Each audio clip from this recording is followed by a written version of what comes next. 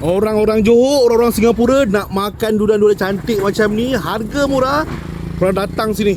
Semua durian-durian dekat sini harga bawah RM30, Blackthorn RM18, udang merah RM16, Shanghai RM16, IOI RM16, Musang King RM18. Yang ni RM23 besar sikit.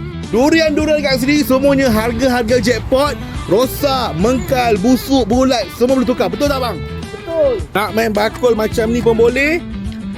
Kampung 39, kahwin 60, Musang King udang merah RM80. Yang ni pula 3 biji RM50, udang merah IOI Musang King. Musang King. Nak makan kat sini boleh, nak bungkus bawa balik pun boleh. Mana lagi nak dapat durian harga jackpot, cantik, siap ada warranty. Korang cari tempat ni.